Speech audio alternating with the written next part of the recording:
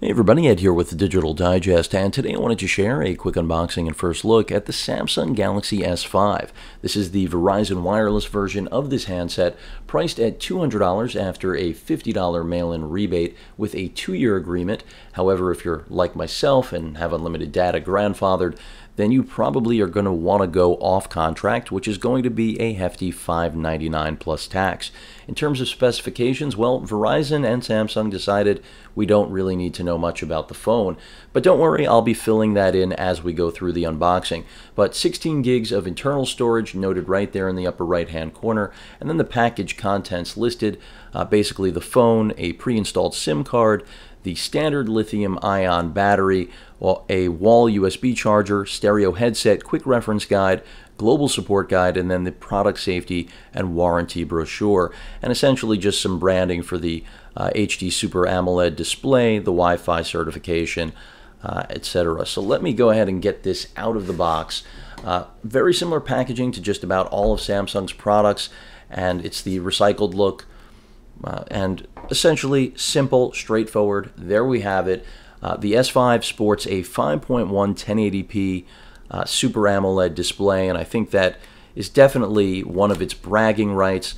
Slightly larger than the HTC M8, which is, I would say right now, the direct competitor to this phone if you were going to really try to match anything up with it.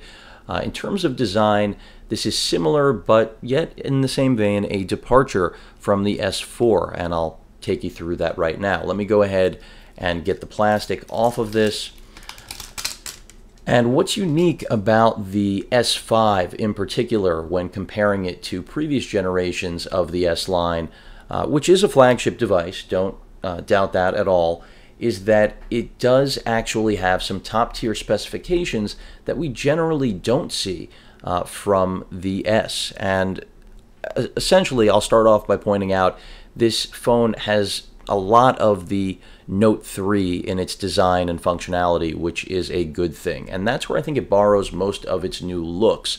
By new looks, clearly the standardization of the back and multitask button are now here to stay, and Samsung has fallen in line, but the rounded corners, the actual design, a little bit different in terms of the bezel, but this definitely looks a lot more like the Note 3, a shrunken version, granted, without the S Pen, than any other phone that Samsung has made. We also have the USB 3.0 charging port, something that is also found on the Note 3, which is an overall benefit in just about every way. But let me take you around the phone. So let's start off with that charging port that I just mentioned. You may have noticed we have a flap here, and that's because this phone does have an IP67 rating, which means that it is water and dust resistant. So that's definitely a nice touch from Samsung. Some people may not like having to close this, but it's definitely better, in my opinion, to have some form of protection than none at all. The backing, different from the Galaxy S4. You may have noticed that already. And basically, it is a plastic build still, a little rubberized texture. And what this kind of gives it a look and feel of is almost a carbon fiber pitch, I would say, but it is plastic after all. The entire handset, very lightweight, just a little over 5 ounces, and that's another thing it has going for it because of its overall performance in such a lightweight and still pocketable package. Heart rate sensor right here next to the LED flash. That is a new feature on this phone for the 5 in particular, and something that I guess just goes into the laundry list, the bucket, as you will, of things that this phone can do. 16 megapixel camera right there on the back. Definitely a very compelling feature, I would say, for just about every user. I don't know anyone who's going to reject a solid camera on a phone these days. And that's another thing, if you're looking at the M8, to consider.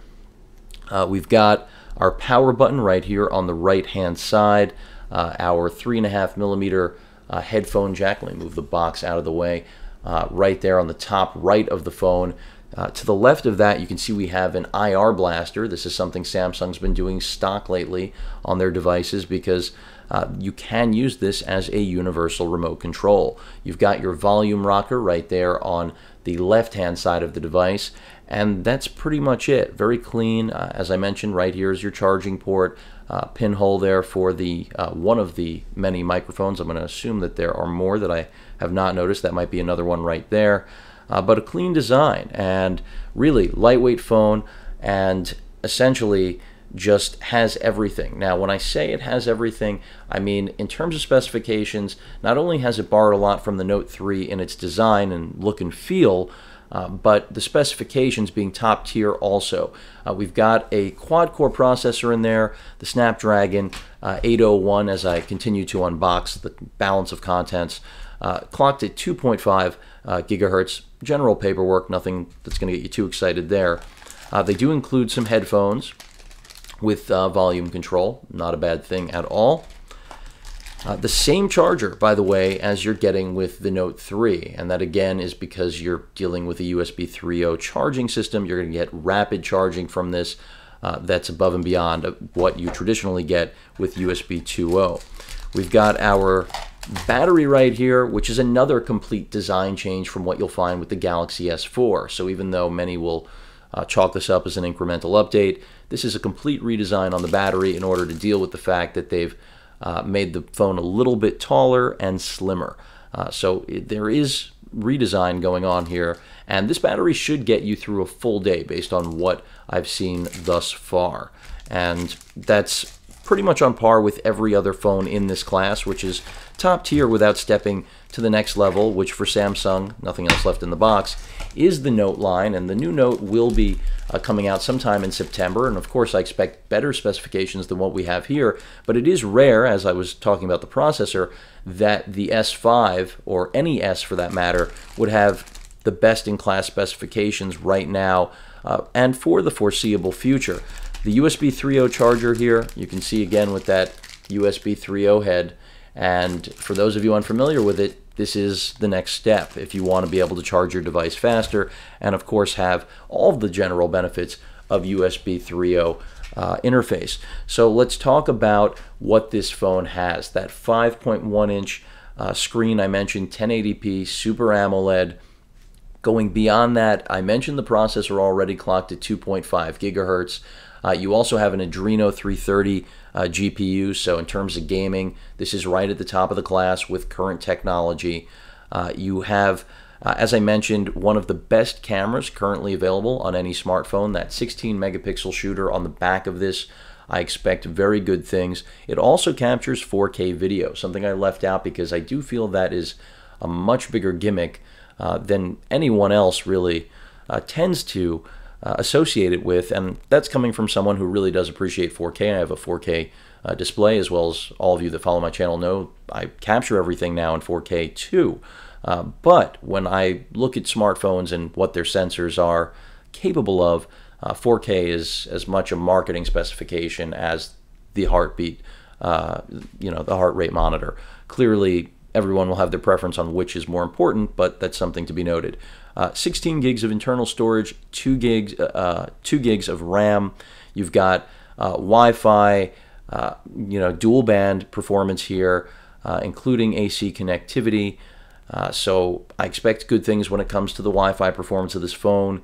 Your speakerphone grill I didn't mention right there in the lower left-hand corner, and beyond that, you've also got Bluetooth 4.0, so nice connectivity options. NFC, of course, this is Samsung after all.